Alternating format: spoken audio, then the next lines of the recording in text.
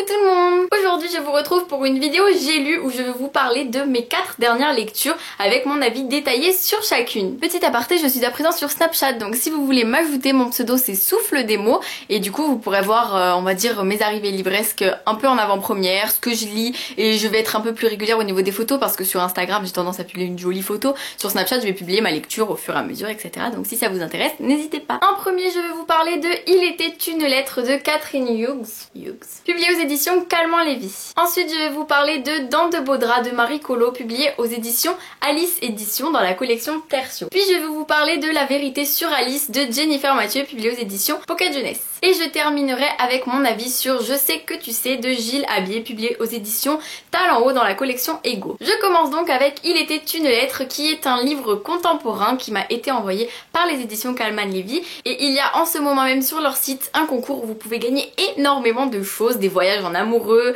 des produits de beauté il me semble, parfums, des livres, enfin bref énormément de choses, donc n'hésitez pas à aller jouer si vous avez envie. Et il y a aussi un concours organisé sur mon compte Instagram et sur ma page Facebook pour gagner en tout 3 exemplaires, donc n'hésitez pas à aller voir. Il était une lettre, c'est l'histoire de Tina qui a un mari qui est très porté sur la boisson, et pour s'échapper un petit peu de cet enfer qui est sa vie de couple et sa vie à la maison, elle va tous les samedis, il me semble que c'est que le samedi, tous les samedis elle va dans une petite boutique où elle trie des vêtements, et en fait c'est une boutique où elle est bénévole au-delà de son travail qu'elle a dans la semaine.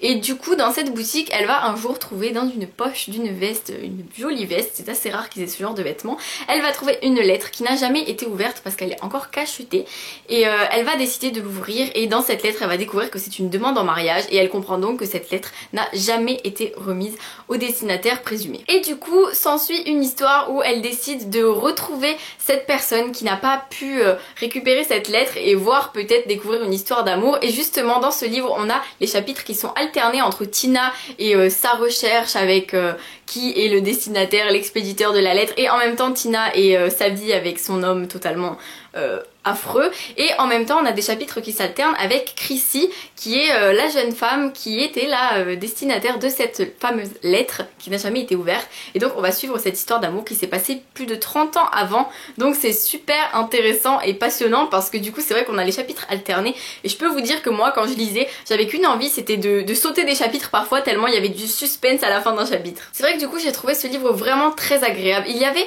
quelques petites longueurs, certainement parce que j'ai pas l'habitude de lire des contemporains, là ça m'a fait du bien d'en relire parce que j'apprécie beaucoup, et du coup c'est vrai qu'il y a eu certains moments où je trouvais qu'il y avait des petites longueurs, mais ça ne m'a vraiment pas dérangée.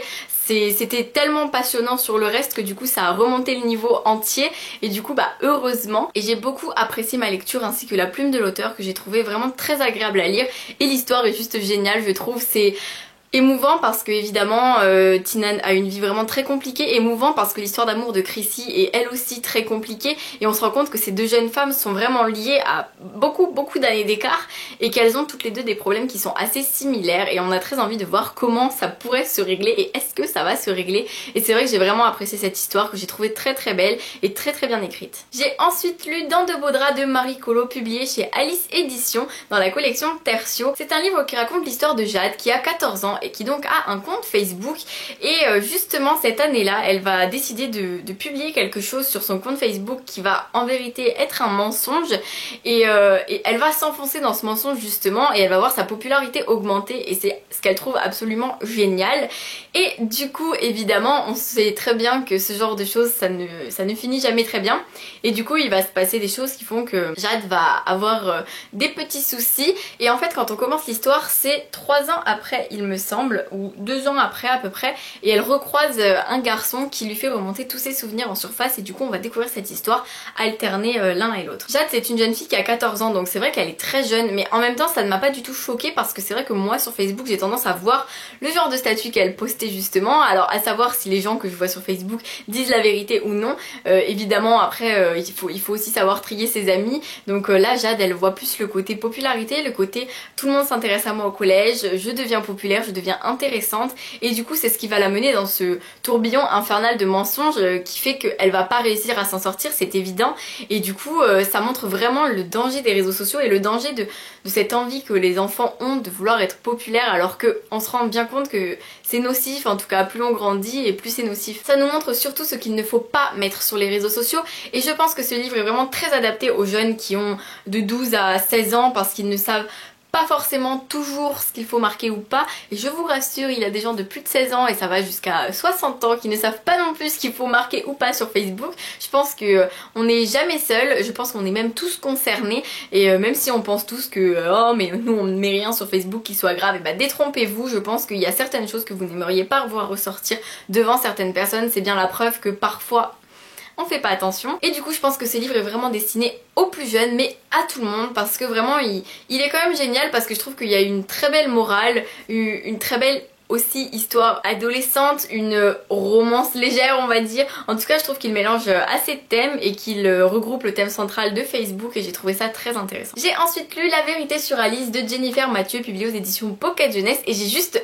adoré. La vérité sur Alice, c'est l'histoire de Alice qui est juste une grosse traînée. C'est une fille qui a couché 2 fois dans une même soirée avec 2 mecs différents. Vous imaginez? Eh bien non justement, vous avez pas à imaginer parce que déjà de une, si elle l'a fait, on s'en fiche, elle fait ce qu'elle veut, et de deux, est-ce qu'elle l'a vraiment fait?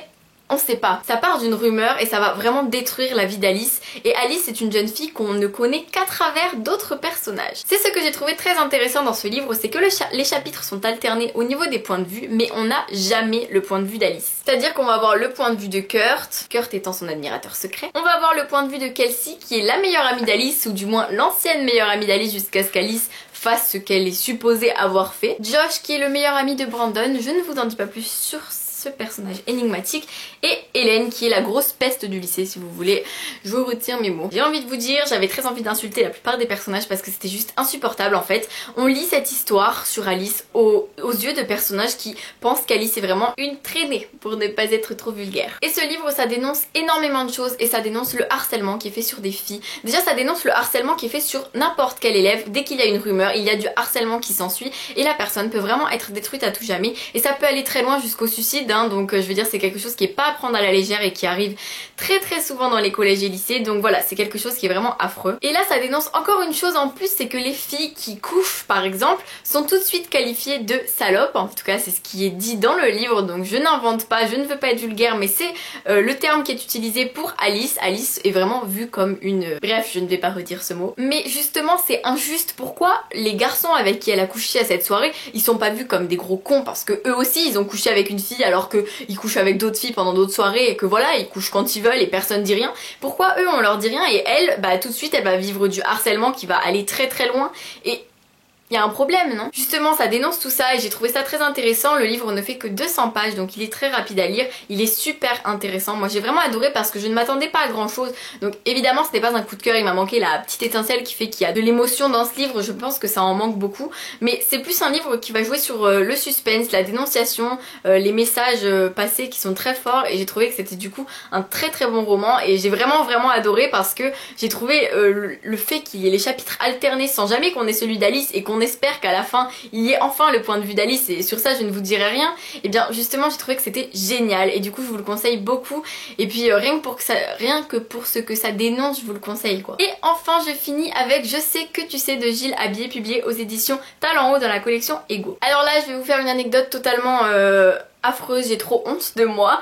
Quand j'ai lu ce livre, le premier chapitre est très énigmatique on va dire, et j'ai lu le livre et à la fin c'est une fin très ouverte, et donc comment vous dire, j'ai fini comme ça et donc voilà j'étais en mode ah et tout, qu'est-ce qui va se passer et tout, et puis c'est ce matin que je me suis rendu compte qu'en fait on savait déjà. Enfin, en fait j'ai compris l'histoire le lendemain de ma lecture.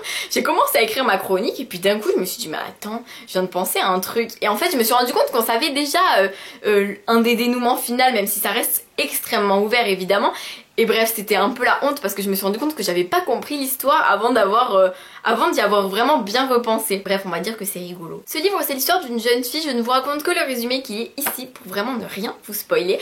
C'est l'histoire d'une jeune fille qui dans le résumé en tout cas a l'air dans un état vraiment très critique, et elle explique que c'était les seuls moments où elle avait l'air beaucoup plus joyeuse, c'était quand son frère était encore vivant. Donc on se doute que son frère est décédé mais on ne sait pas du tout pourquoi.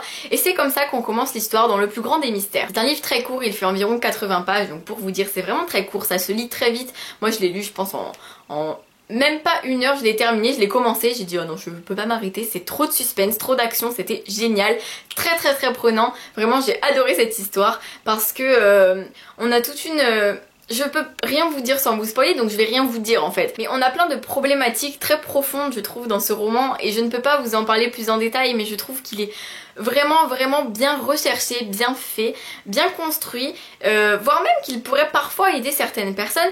Et en même temps c'est un roman totalement choc qui est brutal, qui nous oppresse, qui nous traumatise un petit peu quand même et du coup c'est vrai qu'il m'a fait ressentir pas mal de choses et il m'a vraiment passionnée. Il est très addictif donc je vous le recommande beaucoup et je peux pas vous en parler trop parce que je risquerais de vous en dire trop justement mais moi j'ai vraiment adoré. Si vous avez envie d'un livre un petit peu psychologique c'est vraiment le livre à lire. En plus les livres de chez Tal en haut de la collection Ego sont tous à environ 7 ou 8 euros, celui-ci est à 8 euros par exemple donc c'est vrai que ça fait un peu livre de poche mais pourtant le livre objet fait plus penser à un livre grand format donc c'est vrai que j'aime beaucoup cet aspect de cette collection et en plus les 3 livres que j'ai lus dans leur collection m'ont vraiment beaucoup plu donc je vous le recommande vivement si vous avez envie de vous torturer un petit peu l'esprit. Et voilà j'ai terminé, j'espère vraiment que ça vous a plu. En tout cas là ce sont 4 bons livres que j'ai lus, voire très bons livres et du coup je suis très satisfaite. Donc on se retrouve très vite pour l'arrivée livresque du mois, le bilan de mon challenge. Là je suis en vacances quand je vous poste cette vidéo donc du coup je suis très contente sauf que quand je tourne cette vidéo je suis pas encore en vacances donc je suis pas encore très contente. Bref en tout cas j'ai le temps pour faire des vidéos, pour lire donc j'ai vraiment hâte de vous faire tout ça et je vous fais plein de bisous, je vous dis à très vite et je vous souhaite de bonnes lectures.